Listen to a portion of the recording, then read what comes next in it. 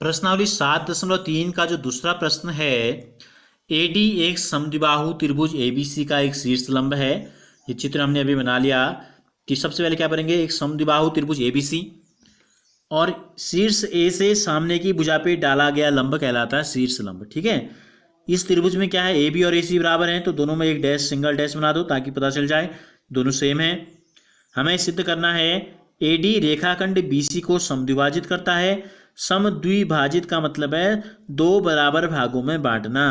तो हमें बताना है यानी कि डी यानी कि क्या है, बी डी और डी सी बराबर होंगे इसका मतलब, और ए डी कोण ए को समद्विभाजित करता है, तो इसका मतलब कोण ए के भी दो टुकड़े हो गए, ये वाला भाग और ये वाला भाग हमको बराबर सिद्ध करने होंगे।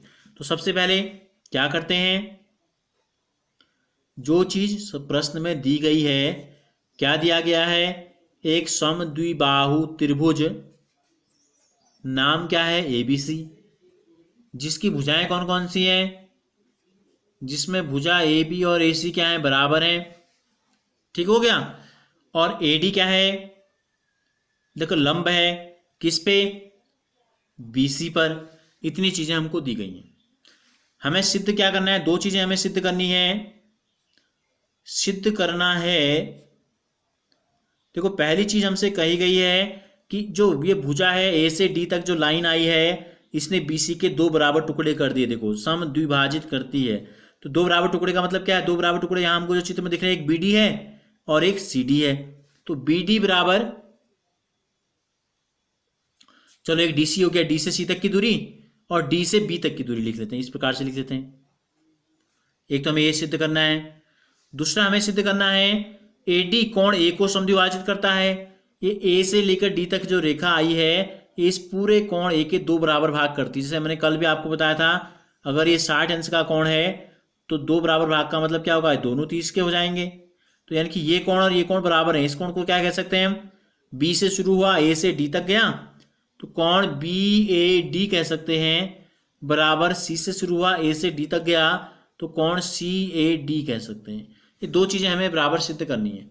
तो अब हम क्या करते हैं, देखो हम लेते हैं त्रिभुज, दो त्रिभुज जो हमको दिख रहे हैं छोटे, इन दोनों त्रिभुजों में ले लेते हैं। ठीक है, हल करते हैं। इसका जो प्रूफ है, हम लेते हैं त्रिभुज ए डी बी व त्रिभुज ए डी सी में, इन दोनों त्रिभुजों में देखो चाहो तो आप अलग से, वैसे अलग अलग है, अलग बनाने की जरूरत नहीं है। यहाँ पर एक भुजा बराबर है, ए बी और ए सी बराबर है, ए बी बराबर ए सी, समीकरण नंबर 1। कैसे पता चला, दिया है। दूसरा ये क्या है, देखो समकोण है, तो ये लंब है तो ये भी क्या होगा, लंब होगा, दोनों बराबर हैं। तो कोण ए डी बी, देखो ए डी बी बराबर ए डी सी, दोनों कोण। ये कैसे पता चला, ये भी हमें दिया है, क्योंकि ए डी जो है लंब है बी सी पर। तो देखो ये क्या हो गया, सबसे पहले तो ये दोनों हो गए समकोण त्रिभुज। जिन दोनों त्रिभुजों की हम बात कर रहे हैं, ये दोनों समकोण त्रिभुज हो गई। और समकोण के सामने वाली भुजा क्या कहलाती है, कर्ण कहलाती है। ठीक है, ये बराबर हो गई, एक कोण बराबर हो गया तो समकोण। तीसरी भुजा कोई एक भुजा, देखो ए डी इसमें भी है, ए डी इसमें भी है। ए से डी तक वाली जो भुजा है वो त्रिभुज ए बी डी में भी आ रही है और त्रिभुज ए सी डी में भी आ रही है। ए डी बराबर ए डी, समीकरण नंबर 3, उभयनिष्ठ भुजा। दोनों में क्या है, कॉमन है। तो समीकरण 1, 2 और 3 को अगर हम देखें तो इसलिए क्या हो गया, इन तीनों से देखकर ये त्रिभुज ए डी बी सर्वांगसम हो गया त्रिभुज ए डी सी के। समीकरण नंबर लेंगे 4, और कौन सा नियम हमारा लगा, उस नियम को भी हमको यहां पे लिखना है। सर्वांग समता प्रतिबंध जो है वो है आर एच एस। ठीक हो गया, क्या है इसका रिवीजन मैं आपको बता देता हूं। देखो क्या होता है, आर का मतलब है राइट एंगल ट्रायंगल, समकोण त्रिभुज हैं दोनों। एच का मतलब है दोनों के हाइपोटेनियस, यानी कि कर्ण जो है समान है। और कोई भी एक भुजा, देखो दोनों समकोण है, इसके सामने का कर्ण इसके सामने के कर्ण के बराबर है। और एक भुजा जो है, कोई भी एक भुजा, इस त्रिभुज की भी लंब और इसका भी लंब, दोनों बराबर हैं। तो दोनों क्या हो गए, सर्वांग समसिद्ध हो गए।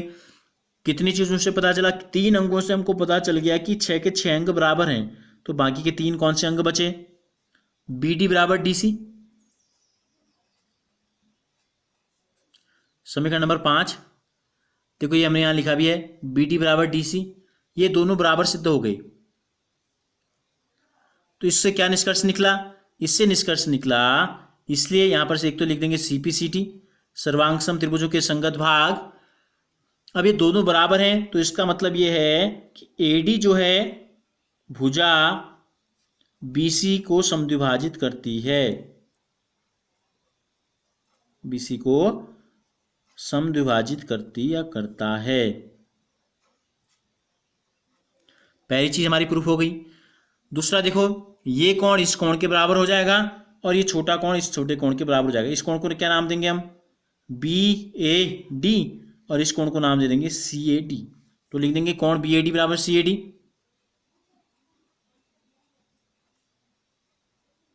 समीकरण नंबर 6, ये भी क्या है? सर्वांग सम त्रिभुजों के संगत भाग हैं। चूंकि ये दोनों कोण बराबर हो गए, देखो ये और ये, तो इससे क्या निष्कर्ष निकला? ये जो लाइन थी इसने इस पूरे कोण को समद्विभाजित कर दिया। तो लिख सकते हैं इसलिए ए डी, ठीक है, कोण ए को समद्विभाजित करती है। को भी लिख देते हैं यहां पर, क्यों? भुजा को भी कर रही है, कोण को भी समद्विभाजित करती या करता है। तो क्या हो गई? दोनों चीजें हमारी क्या हो गई? सिद्ध हो गई। पहली भुजा को समद्विभाजित कर रही थी, दूसरा कोण को भी समद्विभाजित करती है।